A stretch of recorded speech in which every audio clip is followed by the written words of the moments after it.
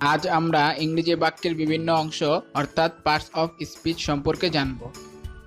ইংরেজি শেখার জন্য সকল পার্টস অফ স্পিচ সম্পর্কে আমাদের একটি সুস্পষ্ট ধারণা থাকা অত্যন্ত জরুরি। তাহলে চলুন দেখে নেওয়া যাক পার্টস অফ স্পিচ কি, কত প্রকার এবং কি কি। প্রতিটি পার্ট আমরা উদাহরণ সহ সংক্ষেপে আলোচনা করব। বাক্যে ব্যবহৃত প্রত্যেকটি শব্দকে একটি পার্ট অফ স্পিচ বলে। যেমন করিম ইজ এ গুড বয়। এই বাক্যে করিম ইজ এ গুড এবং বয় প্রত্যেকটি একটি পার্ট অফ স্পিচ। তবে হ্যাঁ, একটা কথা মনে রাখতে হবে যে শব্দগুলো অবশ্যই কোনো না কোনো বাক্যের অংশ হতে হবে। আলাদাভাবে কোনো একটা শব্দকে পার্ট অফ স্পিচ বলা যাবে না। অর্থাৎ সকল পার্টস অফ স্পিচই ওয়ার্ড, কিন্তু সকল ওয়ার্ডই পার্টস অফ স্পিচ না। এখন আমরা দেখে নিই পার্টস অফ স্পিচের প্রকারভেদ। পার্টস অফ স্পিচ প্রধানত 8 প্রকার।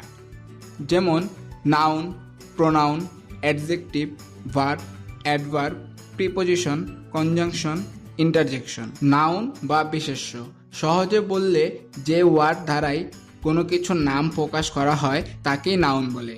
আমরা চোখের সামনে যা দেখি সেগুলোর নামকেই নাউন বলে। নাউন দ্বারা কোনো ব্যক্তি, বস্তু, প্রাণী, স্থান, ঘটনা ইত্যাদির নাম বোঝায়। যেমন Karim does not like to go to school. এই বাক্যে করিম একজন ব্যক্তি। একইভাবে Kuwait is a Muslim country. এখানে কুয়েত একটি দেশের নাম। Diamond is very valuable. Diamond একটি বস্তুর নাম।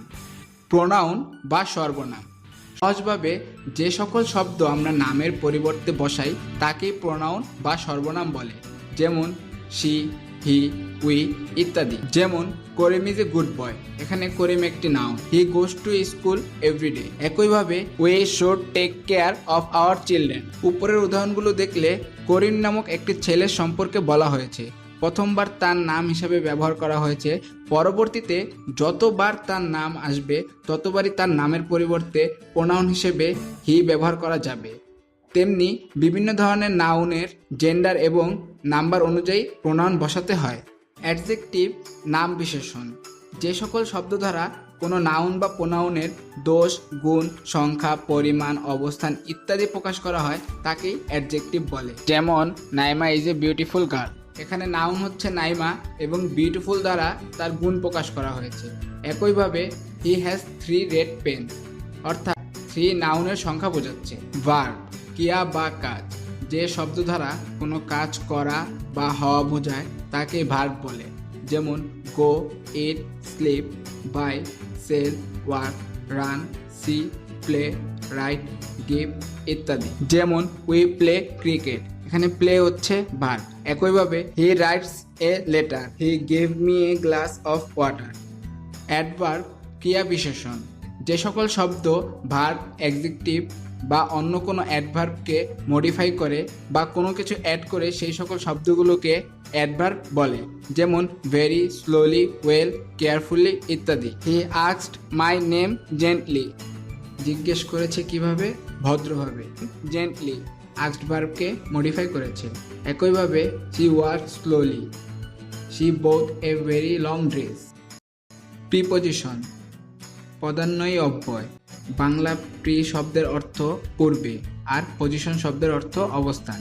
তাই খুব সহজেই বোঝা যায় যে যে শব্দ নাউন বা প্রোনাউনের পূর্বে অবস্থান করে বাক্যের অন্য অংশের সাথে ওই নাউন বা প্রোনাউনের সম্পর্ক স্থাপন করে তাদেরকে প্রিপোজিশন বলে। যেমন in, on, under, with, at, over, of, below, throughout, by, about, until ইত্যাদি। যেমন the book is on the table. এখানে অন শব্দটি দ্য বুকের অবস্থান অর্থাৎ পজিশন বোঝাচ্ছে। একইভাবে Rahim is hiding behind the tree. The girl brought a letter for me from the teacher who taught us English. Conjunction সংযোজন অব্যয়, যেসব ওয়ার্ড একাধিক শব্দ, বাক্য কিংবা ক্লজকে যুক্ত করে তাদেরকে কনজাংশন বলে। যেমন and, or, but, yet, he, so, because ইত্যাদি। যেমন Saif and Sourav are good friends. এখানে অ্যান্ড দুটি শব্দকে সংযুক্ত করেছে। একইভাবে Akash is a man but he does not have beard. এখানে বাট দুটি ক্লজকে যুক্ত করেছে। She gave me the letter and then she quickly leave the room, এখানে অ্যান্ড দুটি ক্লজকে সংযুক্ত করেছে।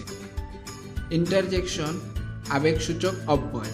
ইন্টারজেকশন হঠাৎ করে মনের আবেগ কিংবা অনুভূতির কোনো পরিবর্তন বা প্রকাশকে বোঝায়, যেমন হুররে, অ্যালাস, আহ, ব্রাভো ও ইত্যাদি। যেমন alas, our father is dead.